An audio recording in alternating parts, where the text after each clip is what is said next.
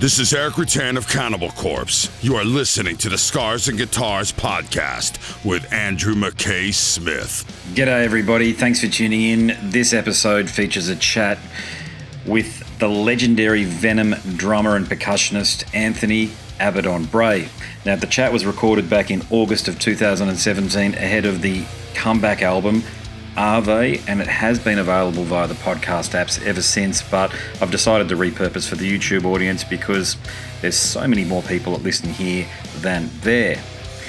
Throughout this chat, of course, we address the compelling event, the new album Ave, but we talk about Abaddon's enduring influence as a percussionist, why his sound is very important to the overall Venom sound, and also too, he has, amongst other topics, a hilarious tale to share about Chronos. That's toward the end, so you're going to have to stick around and find out what he has to say about his former bandmate. These days, Abaddon's out of the group and he's battling cancer at the moment, so God bless to him and also his family. Here he is, Anthony Abaddon Bray from Venom.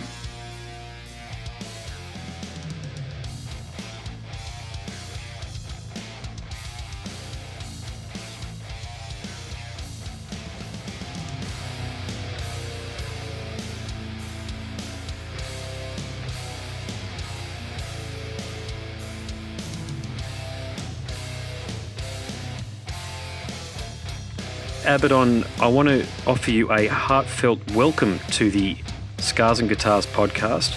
It's not every day that you get an opportunity to chat to a member of a band that inspired a whole style of music, so I first want to congratulate you on an outstanding career and for producing a revered body of work.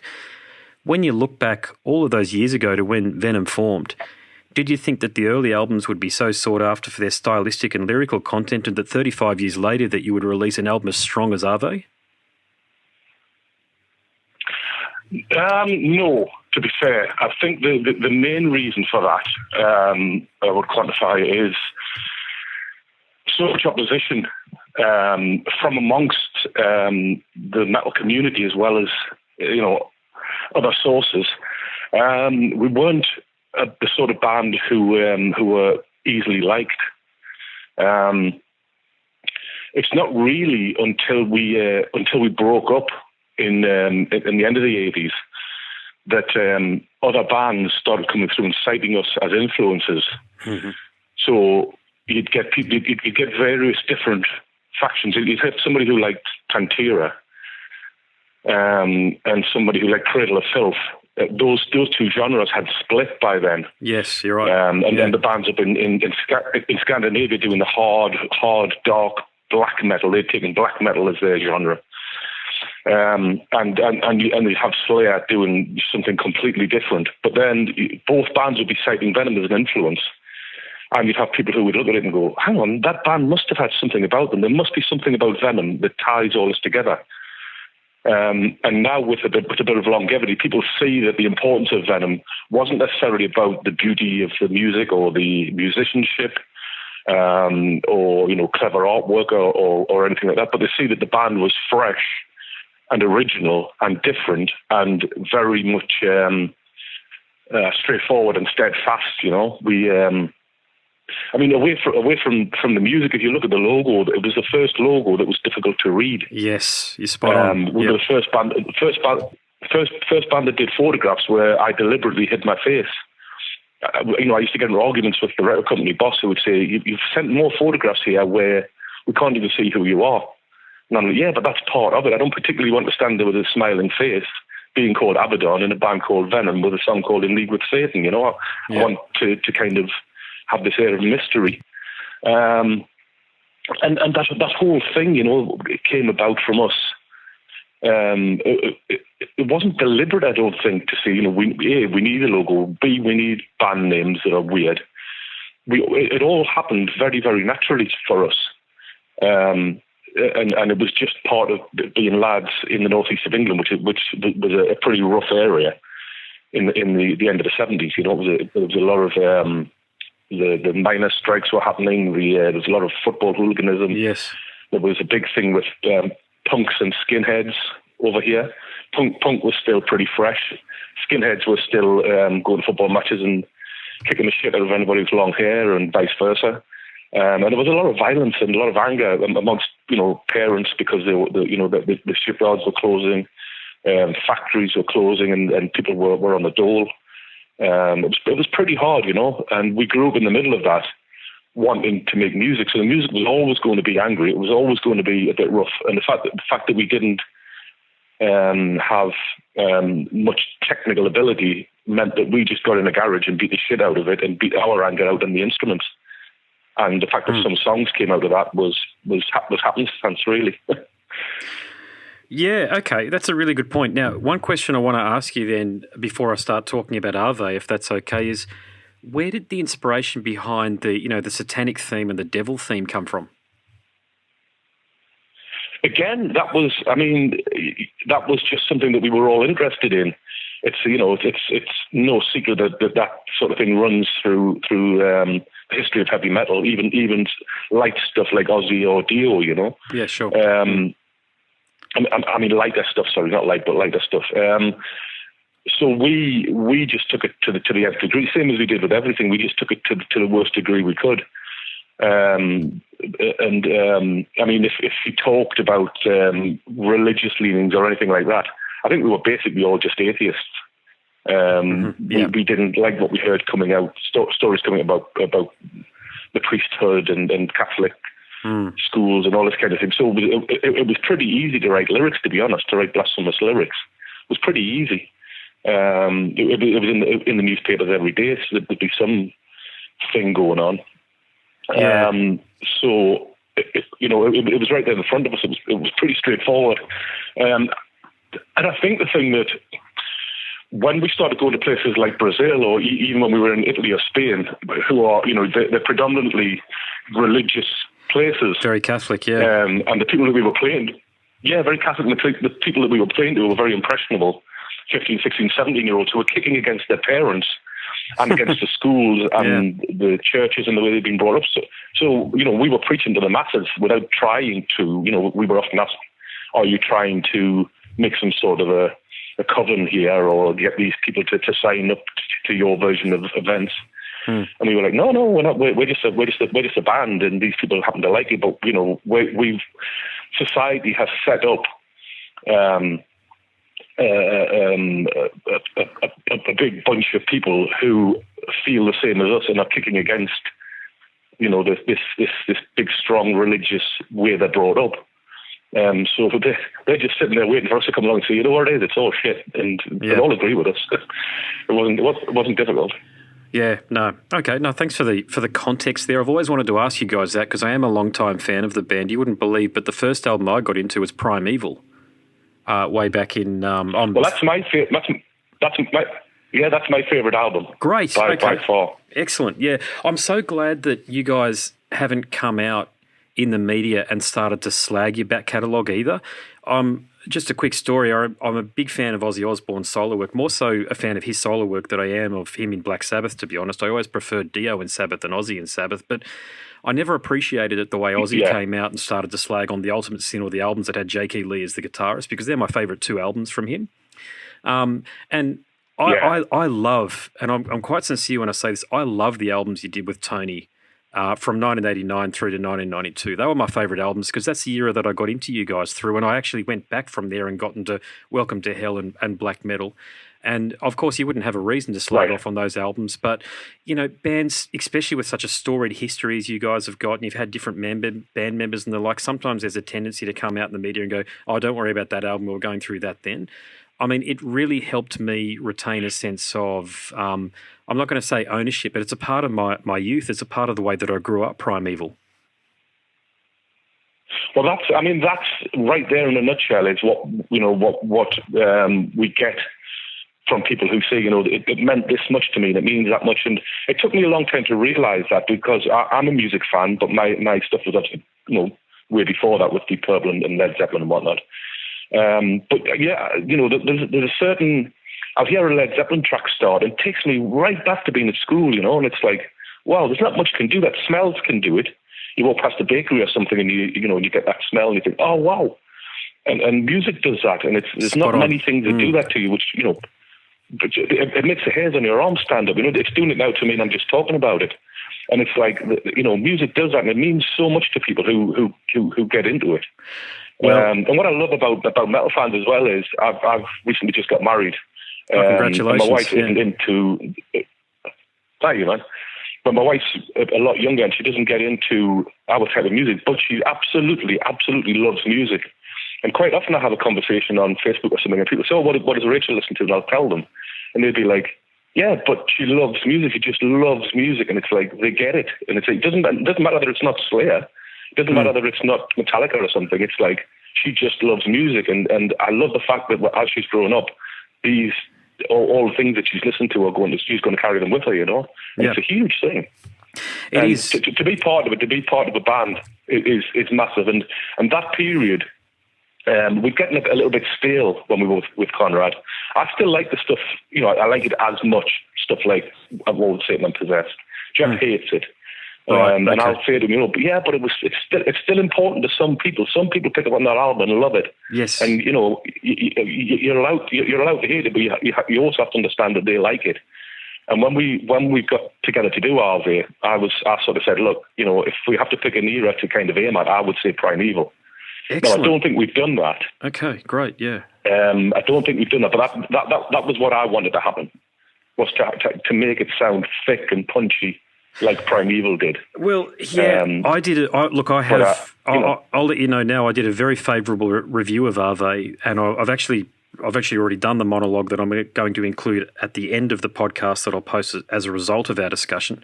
But I feel that Ave is almost... I'm not going to say it's a sequel to Primeval, but it's more or less cut from exactly the same cloth. Yeah, I think when you look at all the different periods of Venom, I don't think that the Primeval era sounds anything like Welcome to Hell or black metal. No. But I think you can still tell that both of those eras are Venom. Yes, and that was exactly the point that I made in my review. Yes. Primeval didn't come out sounding like an Ozzy album or sounding like an Iron Maiden album. It still sounded like Venom. Totally different singer, and that's quite difficult to change the singers and make it still sound like the band. And I think that blanket sound of Venom, we carried that on with RB. So although it sounds, if you're very specific about it, it's a lot cleaner, it's a lot brighter, it's a lot more modern than Primeval. However, it still sounds like Venom, you know, playing those songs. So I think we've managed to do that, if anything. It still sounds like us. We haven't suddenly, you know, decided that we need to sound like Pantera or we need to sound like a new metal album, you know, new metal band, sorry. We've managed to keep it sounding like Venom, and for that's the important thing, I think. Let me read to you just a paragraph of the review that I performed for Ave, and this is just a paragraph, as I say. So I'll just start the quote now. Okay. Make no mistake, though, Dolan's Venom contained the DNA of Welcome to Hell and black metal, but it was a far more noteworthy for improved musicianship and a more traditional forging of heavy metal songcraft. Ave is well and truly a part of the forgotten Venom legacy forged through high-quality yet overlooked albums from Primeval to The Wastelands in 1992. I highly recommend the reader explore these forgotten gems. So I think you and I, end quote, I think you and I are on the same page with this. I think we absolutely are, yeah. I think it's... and if we hadn't have been, then I think Ave would have been... Don't get me wrong, I've read reviews. Most of our reviews are pretty good for it, but I've read reviews where people are being very honest and they're saying that, you know, this song doesn't do that, or this song is a bit this or that, and people are being very honest with it, and I agree with that as well.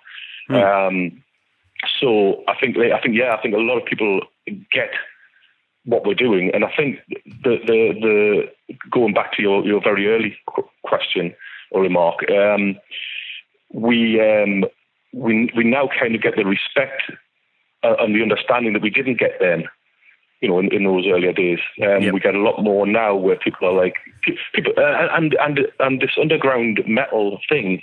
Don't forget, people are very, very knowledgeable about their history. They are, yes. And they all speak to each other more now with the social media, and everybody will have an opinion, of course. And, you know, a lot of people still turn around and say Venom shit.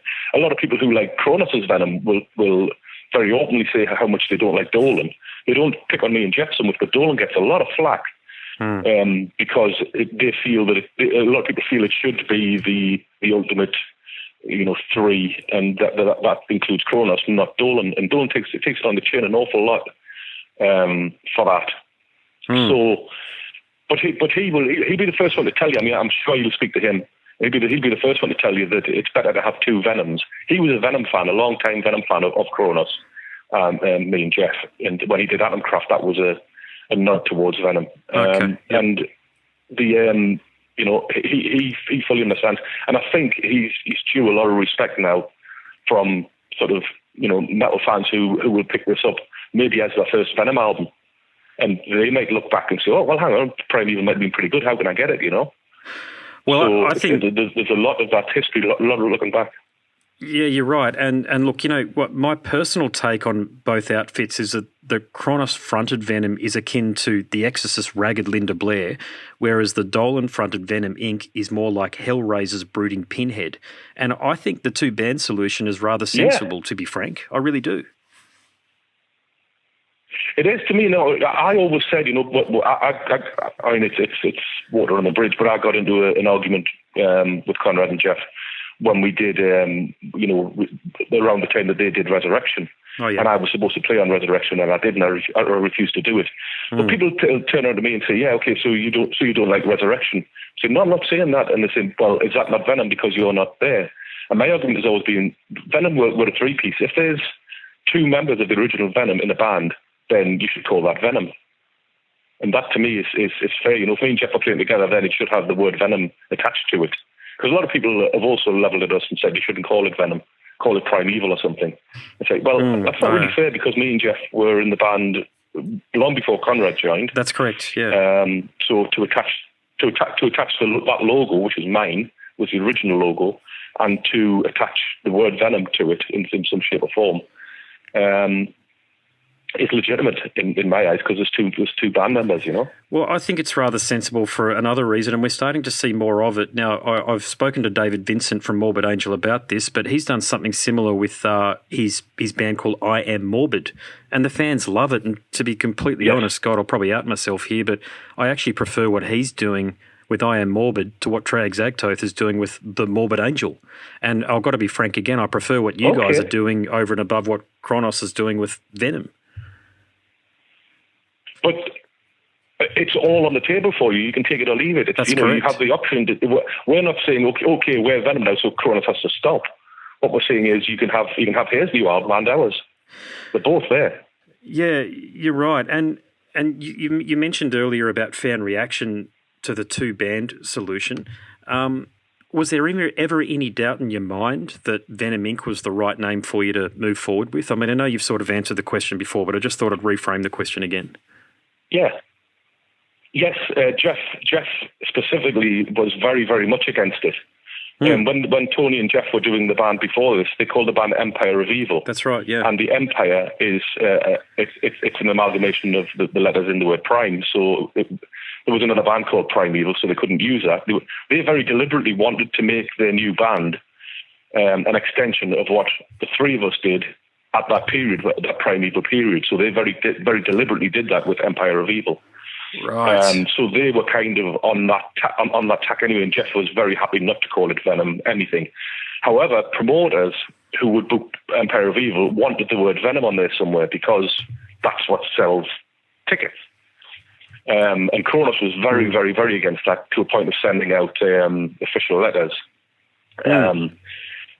When I joined, when I went back and we put the band back together as Venom, I said, even more so the promoters are going to use this Venom now, we need to defend it against Chronos. So he sent another couple of letters, which we got a solicitor and sent back. And then it stopped, because he could see the legitimacy of me being there. So it stopped. But Jeff was very against calling it. Jeff wanted to call it Iron and Steel, which was lyrics from Die Hard. Legion's Iron and Steel. So Jeff wanted to go. So if you look at the early Venom Inc. t-shirts, it's got Venom Inc. on the top. It's got my logo on the top, but it's also got Iron and Steel written underneath. And that was Jeff trying to hold on to that, because he kind of didn't want to get into fights with Conrad. He wanted to have a new band. He wanted to be new and different and fresh. And it's only since we've been going out so much and people have been telling him, fans have been telling to his face, look, this is Venom.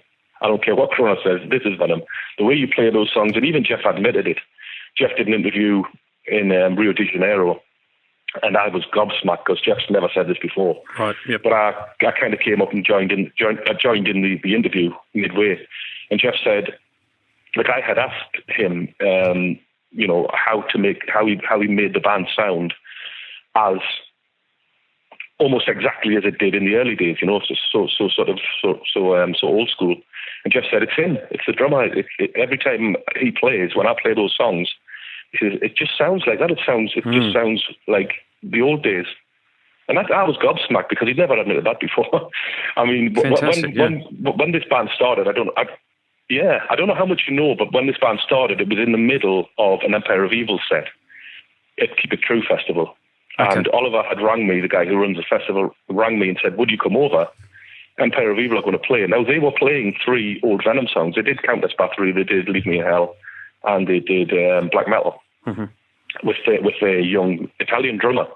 So I was standing there waiting to go on, and they played the songs. And the guy was great. He's a brilliant drummer. The songs sounded great. And I came on midway through their set, and we played old Venom songs. We played 6 old Venom songs.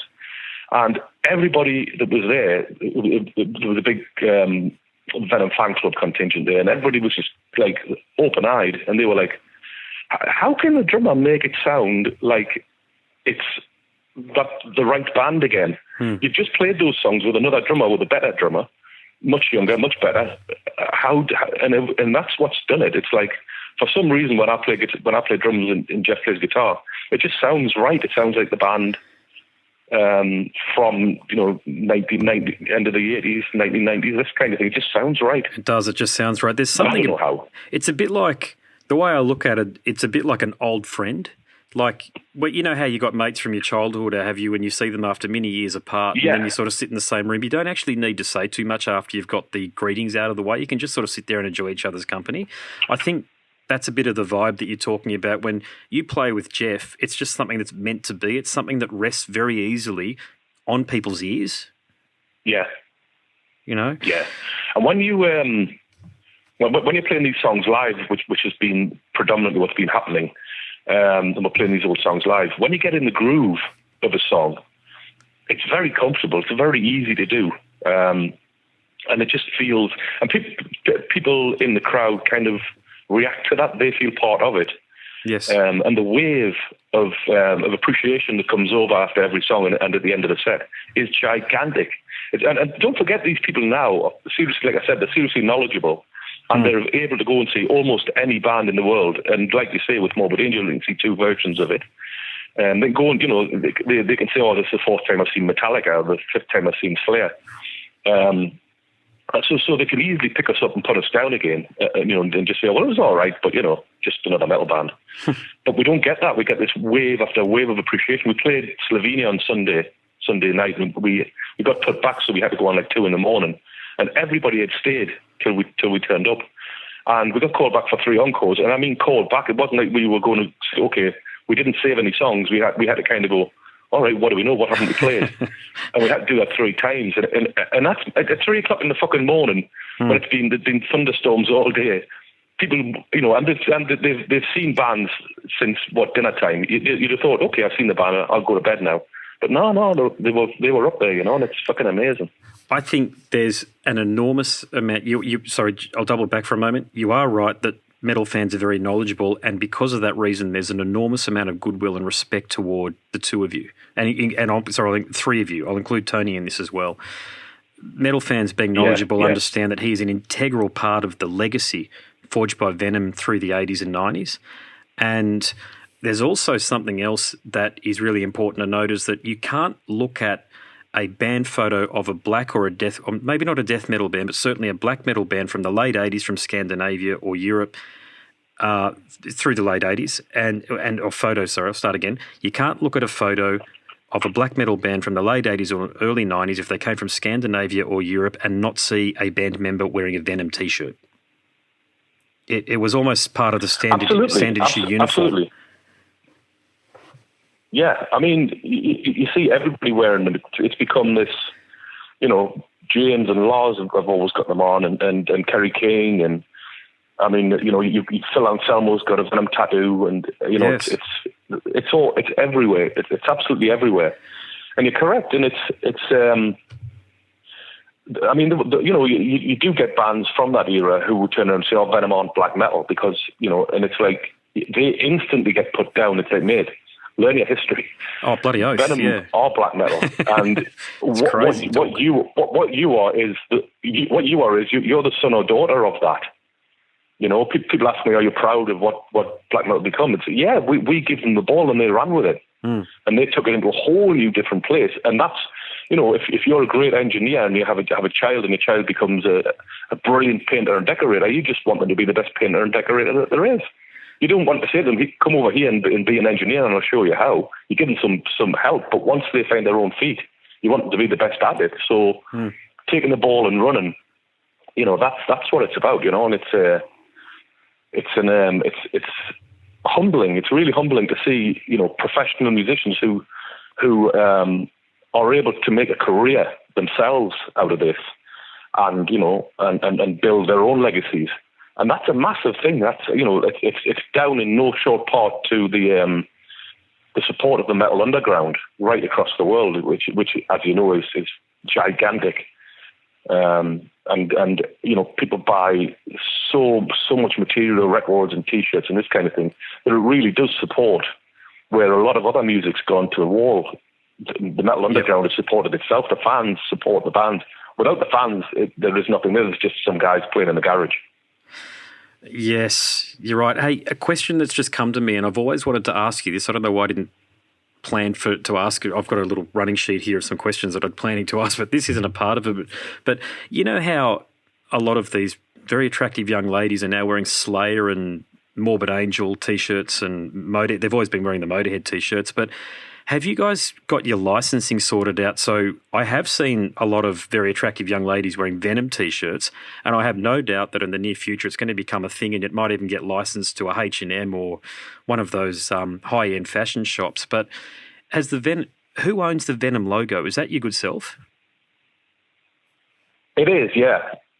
Great. Okay. It's something that we've looked at doing. I mean, there's a bit of controversy over, I don't know if you've seen it, but Beyonce used the Venom logo and changed it to the right word Beyonce, and with her, yeah, it's quite a big deal over here at the moment.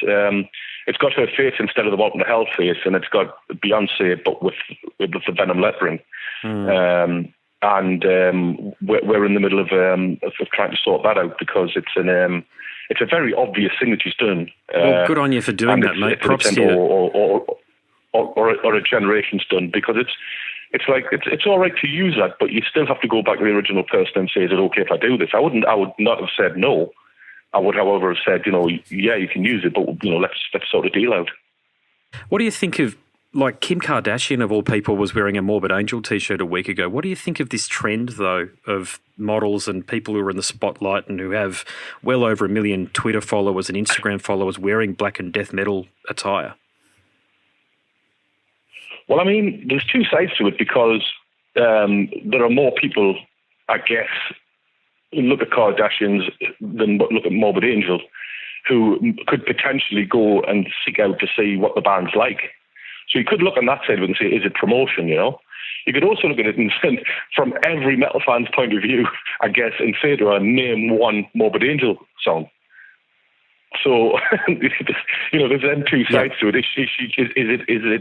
Is metal same as horror movies, I guess, you know, like when you get a T-shirt with Reagan on, or like I said, Pinhead or something. It's a very fashionable thing, and heavy metal music has become fashion. I mean, don't forget a lot of the models at the end of the 70s or whatever were wearing bin bags and you know, sort of slashed stockings and tights and this kind of thing, and trying to look punky, you know. Yes, yeah. Get the London look and all this kind of thing. I know what you mean, you know what I mean? It's always going to be there, you know. Yeah. So I mean, I don't know. I mean, For every Kardashian, you're going to get Gary Holt. Yeah, I was going to mention Gary, actually. Kill the Kardashians. I know, and that was after one of the Kardashian clan. I don't know the names of the sisters. Who are the other sisters? They don't have the surname Kardashian. No. They've got the other surname. Sorry, I'm not a.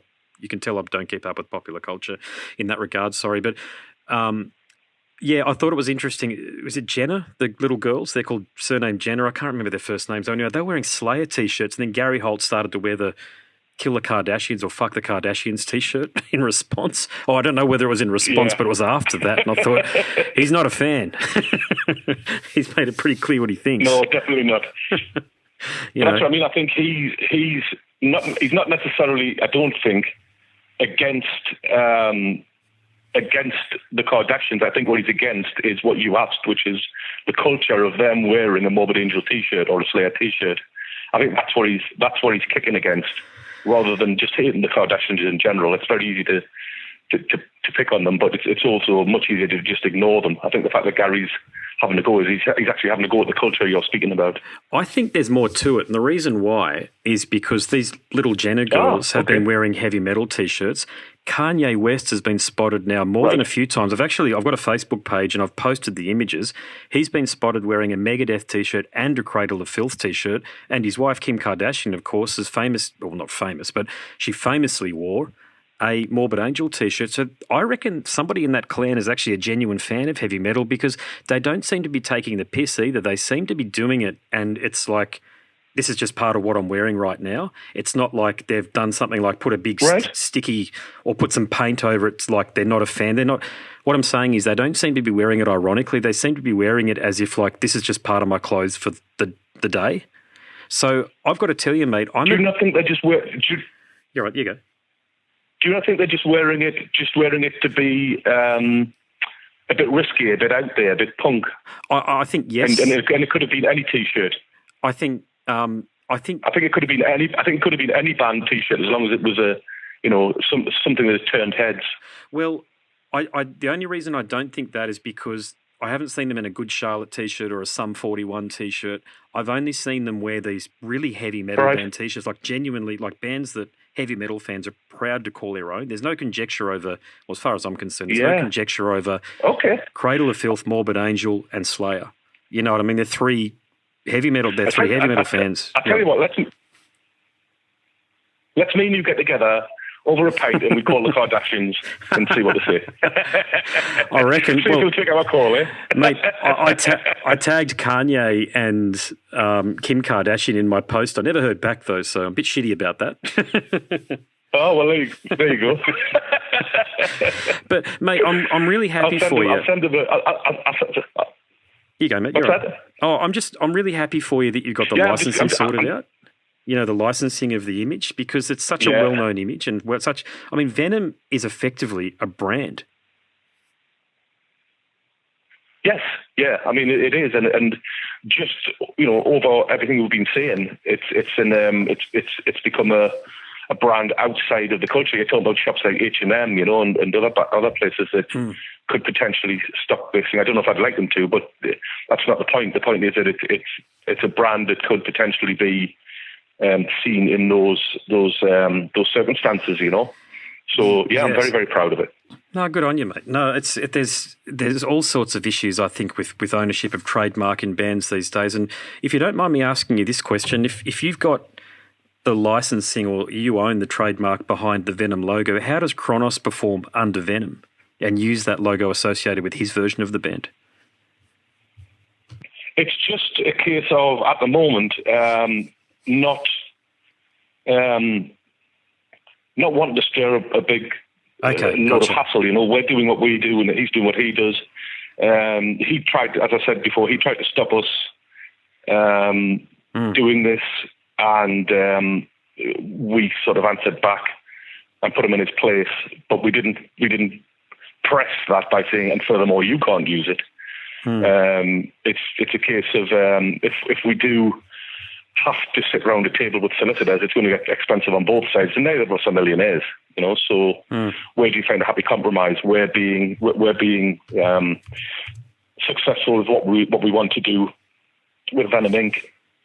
And, in some degrees, you just have to be happy with that. Well, I think the fans should be happy. I'm certainly happy. I don't see anything wrong with the two-band solution, as I said. It's happening more and more. And I just realised there's another one. LG Petrov from Entombed has got Entombed AD, and Alex and Nikki are doing Entombed, similar to what you guys have done with Venom. So it does work, and the fans aren't complaining. No, I think it definitely does work, yeah. Mm. Okay, I'm going to ask you a bit of a different question now. You have toured a lot, and by any measure, you've probably seen a lot on tour and in the studio. So you can be as not safe for work here as you like, because I do host an R-rated program. What's the craziest thing that you've seen, heard, or have happened to you? Wow, the craziest. I'd go back to a night that I was doing press with Cronos. I'm a big drinker. I've always been I come from a family of people who drink. And Cronos wasn't very good at that. Conrad wasn't very good at drinking, and we did an interview that was in a recording studio. We went to a recording studio in Holland, and it was a nice studio, very expensive studio, and the glass partition between the control room and the studio was like 6 foot square. It was huge. And there was an air gap of about a foot in between, really thick, heavy-duty glass. And we had a stretch limousine when we were touring, sort of going around doing different bits, and the record company paid for a nice car. And this car was white and white leather interior, full seat on the back, full white leather interior. And we went into the room, and Cronos had a bit of a drink. And the young guy came in, the engineer came in and changed the microphone setting to the shape of the microphone. And he went back in the control room, and Cronos stood up and changed the mic. Changed it around, the shape of it. Yep. So the young guy had to come back in again, did it again. Cronos stood up, changed it again. And within about a split second, I mean, he'd only had the neck of a bottle of whiskey. Within a split second, he went at the kid to hit him. But he forgot that the glass was in the way, and he went straight through 2 plates of sheet glass. Jesus Christ, yeah. And the glass was everywhere. There was blood everywhere. I grabbed him and pulled him back, and there was glass flying everywhere. He just lost his shit, totally lost it. And we got bundled out the side door and into this stretch limousine. And I was trying to cut. There was blood everywhere in this car. I was cut, he was cut. And he just stopped. You know when you get that moment when somebody who's that drunk just stops and looks at you? And he tried to bite me in the face. So we were fighting. I punched him in the mouth. There was blood everywhere, hair pulling. There was fucking, And the guy took us to the hotel, and he was like, you're going to get billed for this. And the manager was there. And we wound up, he came for me again. We wound up in this fucking canal. And it was ludicrous. It was just a fucking ludicrous night. And we got into bed in the fucking 3 a.m, and the police turned up and they said, this guy, he's turned up and he's in the food storage area in the hotel. He'd broken in to get something to eat. He was hungry. Yep. And he had no shirt on. He was covered in cuts, and he's sitting there, hair all over the place, broken nose, soaking wet, covered in blood, sitting eating raw meat in this fucking. And we were like, oh, fucking great. So they took the passports off us, and we spent a day in jail till the record company could get us out and get our passports back and on a plane home. It was just the most fucking intense night of my fucking life. Yeah. Hey, you know what? It was mad. I've just been given a heads up by a text message from John to wind things up. I think somebody else is trying to call you to conduct an interview. But oh, really? Mate, what I'd love to do, if it's okay, do you mind if we convene at another time and have a chat? Because I want to keep this going, if that's okay. Not a problem. Is that all right? Not a problem. Just rearrange for next week sometime. Okay, no worries. I'll get in touch with John and I'll ask him, mate. Yeah, I feel like I was just getting started in some way. I know we've been talking for 40 minutes, but, mate, it's been a pleasure. I will ask you very quickly. The thing to do is just Yeah, you go. Yeah. Yeah, just book a bit longer next time. I've just realised that there was another one supposed to be. I thought I had you from 11 or 12, but then they've double booked that with somebody from 11:30. So yours actually says 11 till 12. So okay, gotcha, mate. Just book a bit longer next time. We'll have a good chat. Awesome, mate. All right, really appreciate it. Congratulations again, and really hope to see you guys down here in Australia. But I will talk to you very soon. Thanks so much, man. I'll talk to you very soon. Thanks, brother. Bye-bye. Thank you. Cheers. So there he is, yet to reprise that chat, ladies and gents. But when we do, I'm just going to give the big fella the mic and he can talk about whatever he wants, because God knows we didn't cover all of the topics that I think could have been addressed throughout that, particularly since he's out of the band these days, and I'm sure he's got some perspective on his influence and his contribution to the broader genres of black metal, death metal, punk rock, heavy metal, all of those great musical styles that we appreciate. There you go. Okay. That chat with Anthony Abaddon Bray joins many others over at scarsandguitars.com. Click on the podcast link on the website and you'll be taken to a universe of conversations. Kiss, Morbid Angel, so many other bands. Killer bands. Megadeth, Pantera. Spoken to Phil from Pantera before. Yep, they're all there. They're all there. And maybe if you like listening, then you like reading too. I hope you do, because I've written a book. I'd love you to try before you buy by clicking the link in the banner on the website, and you'll be taken to a marketplace of your choice. And if you do complete the purchase, hit me up, because I want to thank you personally.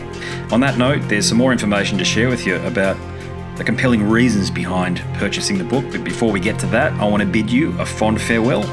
My name's Andrew Mackay-Smith, and I'm the host of the Scars and Guitars podcast. Until next time, it is a very goodbye for now.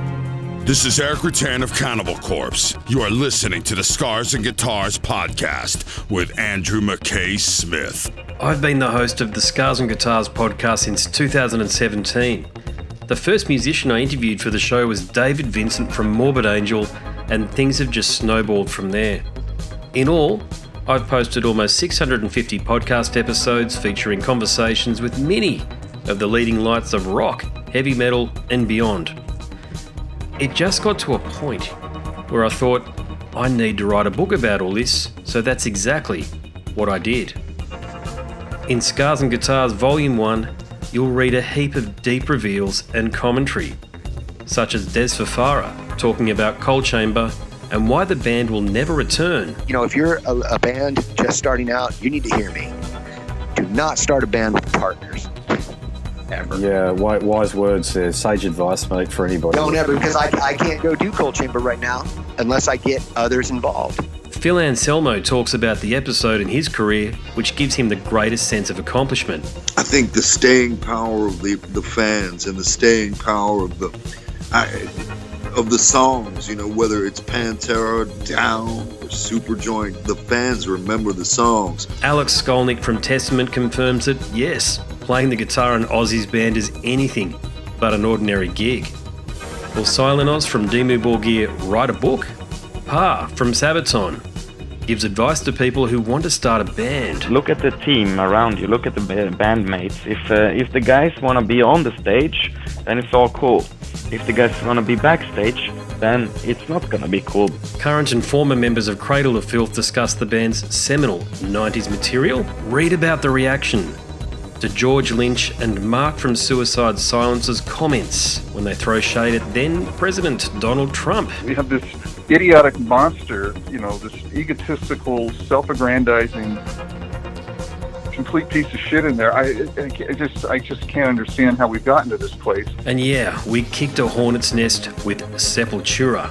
Percussive overlord Gene Hoglan talks about recording with Chuck Schuldiner. Chuck was always, he was very open-minded, and he was into having his musicians that were playing with him just reach out for the best stuff that they had. Phil Campbell from Motorhead discusses what it takes to get sober. John Five answers his critics who dismiss his tenure with Marilyn Manson. You know, my name is John Five, and Manson gave me that name, and I had some of the best years of my life in that band and learned a lot. And we get the lowdown on Treyarch Zagtoth from those who would know, including his mother. All across Scars and Guitars Volume 1, there are moments of tension, relief, tragedy, exhilaration, and throughout it all, you'll obtain insight that I believe no one else has managed to obtain from many of your favourite artists. So treat yourself. Scars and Guitars Volume 1 is currently available as an ebook with a print edition on the horizon. Follow the links attached and download a sample. I'm sure you'll be compelled to read the whole book.